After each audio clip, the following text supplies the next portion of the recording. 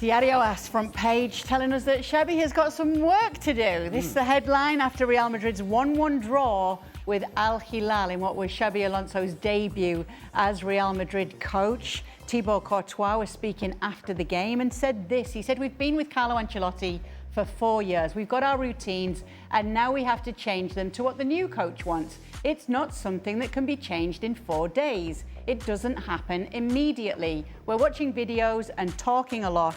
We'll learn from this game and things will improve in the future."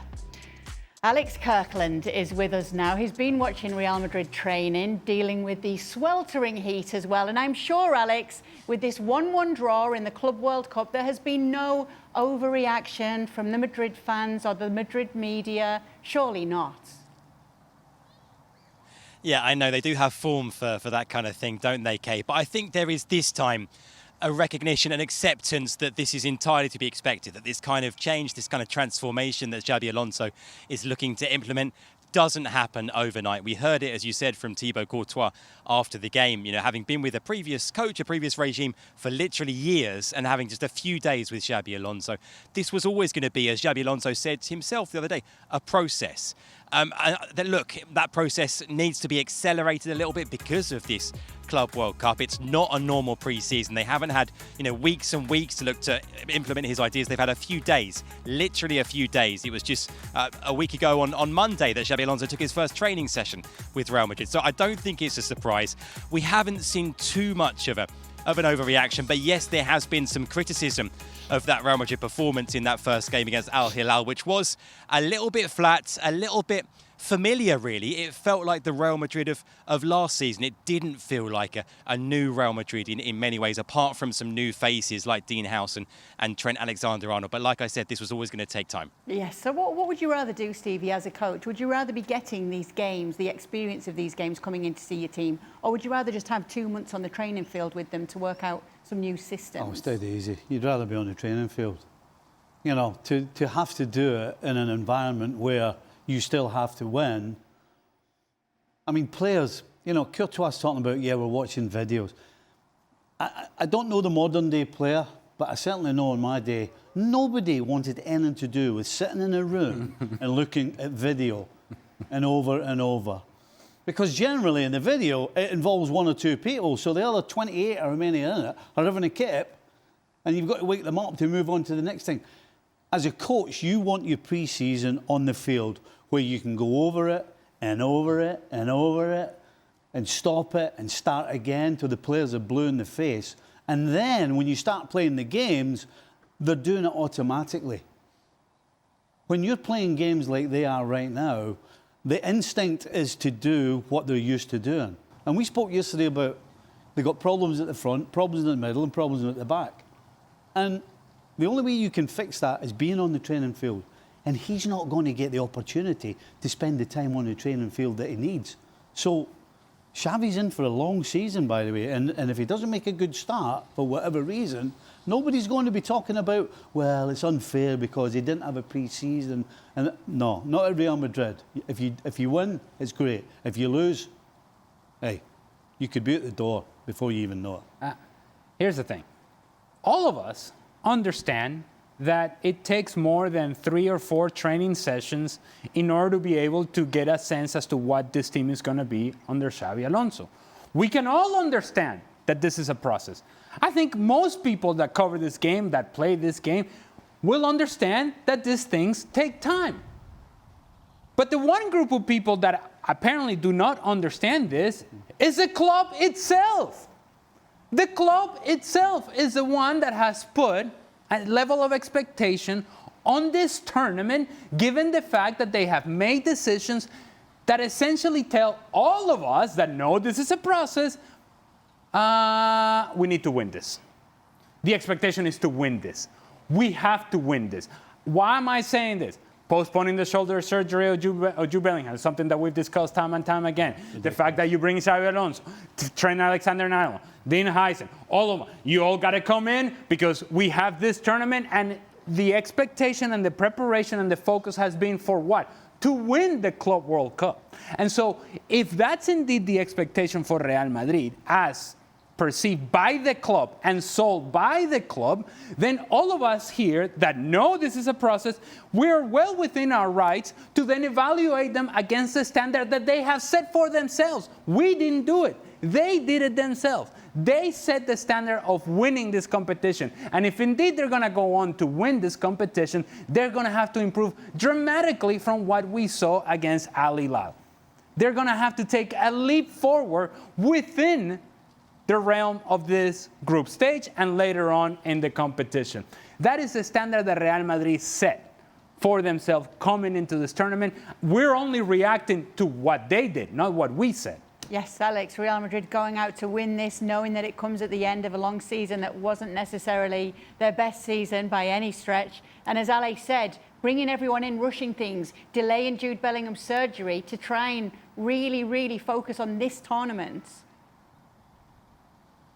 Yeah, there's no doubt some of those decisions have been made with this tournament in mind. I mean, look at the recruitment. They acted quickly to bring in Dean Howson. Of course, they paid money to Liverpool to bring in Trent Alexander-Arnold. They could have got him for a free in July. They paid a fee to Liverpool, and a hefty fee as well, to bring him in early because they wanted him here for this Club World Cup. That shows you just how seriously they're taking this, and decisions like Ali says, like delaying Jude Bellingham's shoulder surgery as well. So look, trophies are always a priority, always the bottom line for Real Madrid, but especially, as you mentioned, Kate, given the season that they've had, failing to land a major trophy for the first time since 2021, they need this, and they need this as kind of proof that, look, things are changing and the trajectory of this club, the new project under Xabi Alonso is heading in the right direction. Now, fortunately for them, of course, you look at the next two group games against Pachuca in Charlotte and then against Salzburg in Philadelphia. Those are two winnable games. Real Madrid should still progress from this group. And then, sure, in the knockout stage, there's some potentially tricky ties depending on how the draw shapes up. But also the teams should be improving as well because they will have more time. Every day, in theory at least, the team should be getting a little bit better, getting a bit more comfortable, getting used to Xabi Alonso's philosophy and the way that he wants the team to play. So they should be getting better. What we saw from them in that draw against Al Hilal, that really should be kind of the worst that we're going to see from them. It should be all uphill from here. But of course, it remains to be seen. They've got to do it out there on the pitch. Yes, one person who doesn't think that his team should be playing in the Club World Cup is La Liga's president, Javier Tebas, who says he wants to eliminate it. By eliminating it, my objective is that there will be no more Club World Cups. I'm very clear about that. There is no room for it. There is no need for another competition that moves money towards the same clubs and players. Keep the Club World Cup as it was before, when it was played basically over one weekend, and that was that. There are no available dates. What's the reaction to this been then? I'll ask Alex Kirkland that to get to this, because I want to come into the guys and ask, obviously, he's got a point here, but what's the reaction been to Tebas saying this? Well, I think it's no surprise. Look, Javier Tebas, it's his job to represent the interests of the league as a whole, as the clubs that make up the first division and the second division as well of Spanish football. And so naturally, it's understandable that he raises these objections based on two things, as you heard there. Firstly, it's about scheduling. It isn't easy to find the dates for this competition, and the impact is that potentially, let's see how far Real Madrid and how far Atletico Madrid go in this competition. But already the request has gone into La Liga that if they progress to the latter stages, whether it's the quarterfinals, the semi-final or the final, they won't want to be playing the first round of La Liga games, for example, when the rest of the La Liga teams do in mid-August. They're going to want to have a bit more of a break because they won't be ready. So that has an impact, of course, on the league as a whole. And the other thing is about money, as Tebas mentioned in that quote there. He's concerned about kind of a growing gap between the biggest clubs and the rest in terms of the competitiveness of the league and the amount of prize money we're talking about for this tournament. Potentially, the winners could get anything up to $125 million, something like that. That's going to contribute to an increasing gap between the likes of Real Madrid financially and the rest of the league. So I think it's understandable that Tebas, he's been consistent in his position, being against this expanded competition right from the start. And he's also, he's never shy about this. He's always very, very vocal about these things that he feels strongly about. So no surprise at all to hear him speak up, I think. Tebas got a point, Ale? Well, he may have his reasons as to why he's making this point, and Alex details some of those reasons. But the overarching point that Javier Tebas is making, I think you can't disagree with that. There is no space for this tournament. Now, in one of those interviews that Alexi had with Jonathan Ta, he was saying that playing this Club World Cup, you sort of had to remind yourself as to why you play this game, that when you were a little kid, you always wanted to play and you always wanted to have fun. Well, my message to Jonathan Tah and to anybody else out there is that you're no longer a little kid. You're not. And your body is not of that of a little kid who could play all day, every day. The bodies of these players that have had a long European season in particular, they need rest. They need rest. And what we're doing, and I think it's what Javier Tebas is also afraid of, is we're killing the product. We're killing the product coming up in the upcoming season. What happens? And we're going to talk with the things that are facts. For example, Jude Bellingham delaying his shoulder surgery. That means that Jude Bellingham is not going to be available for the open of the season for Real Madrid. One of the best players in La Liga will not be available for one of the best teams in La Liga. Now, that's a decision made by Real Madrid, but it's a decision that comes about because of the Club World Cup. And so there is no time for the players to reset, to unplug, to go rest, to get your R&R, rest and relaxation, get away from the game so that when August comes around, you're ready to go. When August comes around, for some of this team, or for a lot of these teams, the legs are not going to be there. And so now you are sacrificing the start of the upcoming season and the quality of the upcoming season. And that's across the board in all these teams that will start a season back again in Europe. We're not taking care of the players.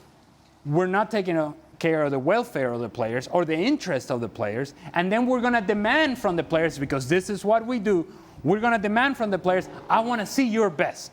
All the time, every time. Because people don't care about what happens between Monday and Wednesday and Friday. They only care about what happens on the weekend when you show up. It's in your responsibility to put the best performance. If you have been carrying this load of work throughout the course of the summer and you didn't get your break, at some point this is going to show up. At some point you're going to get injured. At some point you're going to break, because these players are not machines. And the flip side of it, though, Stevie, on the Liverpool perspective, you're looking at it thinking, we didn't have to play this, and our competitors are actually in this tournament. I'm absolutely getting delighted. tired of legs. I'm absolutely delighted from a Liverpool point of view. And all the things Ali's pointed out there, you put them all together, and what I've come up with is there is not one good reason for having this tournament. There isn't a good reason. It's not good for the players. It's not good for the coaches. It's going to affect, as much as the guys, particularly Perez at Real Madrid, he doesn't understand. This is going to affect him during the season as well. And then you've got a tournament that possibly has teams that are not in it that could win it. I mean, it's just, there's not a good reason for this tournament. There isn't any time for it. We shouldn't be doing it. And the clubs need to get together. The players' unions need to get together and completely banish this thing and never do it ever again. If you can, they've squeezed a weekend previously around Christmas. Okay, that's fine. But this actual tournament has to disappear for all the reasons that Ali's talking about. And we will see it just after Christmas next year around Europe. The teams that have played in this tournament are going to hit a wall big time. And then everybody's going to be complaining about how they're not performing, particularly the Madrids of this world. So, yeah, I mean, there just isn't a good reason for this tournament at all. And in fact, the best reason of all for getting rid of it so far is people really don't want to see it anyway. So, again, there's not a good reason for it, not one.